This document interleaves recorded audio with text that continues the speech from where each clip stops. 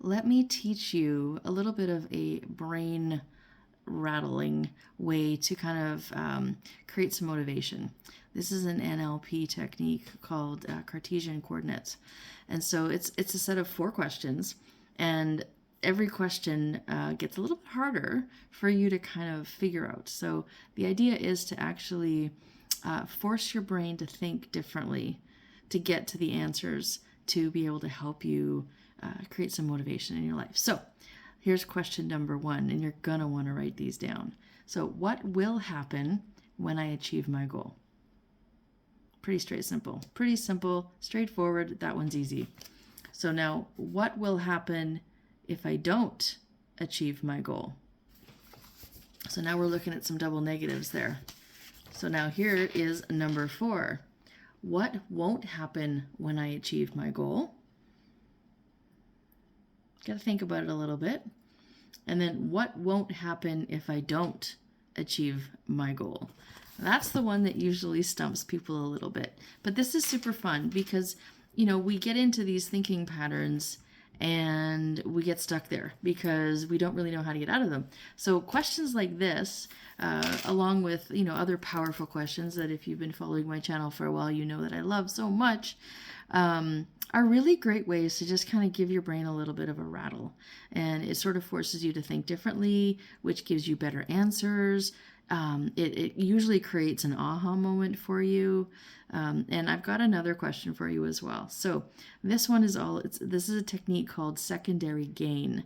So the idea is that, so you have a habit that you would like to change, but haven't, right? We have these things that we want to do. And as we come closer to, the end of the year in January, we all start setting all of our New Year's resolutions and, this is going to be the year. This is going to be the year, right? Don't lie. You've said it. I know you have. We've all said it. So this is another really good question to help you shake that, rattle up the cage a little bit. It's called secondary gain. So what am I actually gaining from keeping this bad habit? Right? So let's just say smoking. I love using smoking as an example because everybody's either been a smoker or knows a smoker. So if you were to think about what does smoking actually do for me?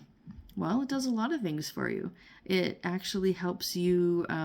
It's like a meditation. If you ever watched somebody who's smoking, they go into like a little Zen moment when they have their cigarette. They usually sit in the same place, pull the pack of cigarettes out of the same pocket, pull the lighter out of the same pocket. They light the cigarette the same way. They take their first drag. It's like this big, deep inhale. And then everything is right in the world again. So it's actually a way for people to connect with themselves.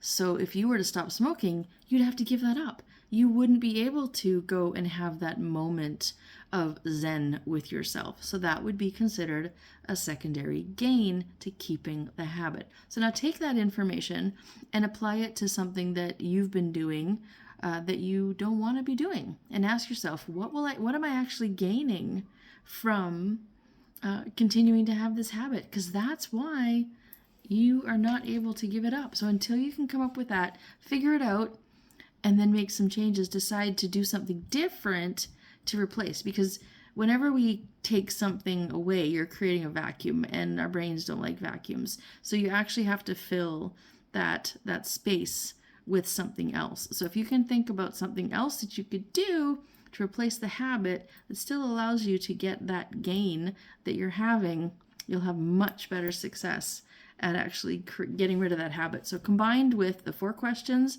I asked you in the beginning, and then the question about what are you gaining from keeping this bad habit, guarantee you'll have a whole new level of motivation. I would love your comments in the comment section.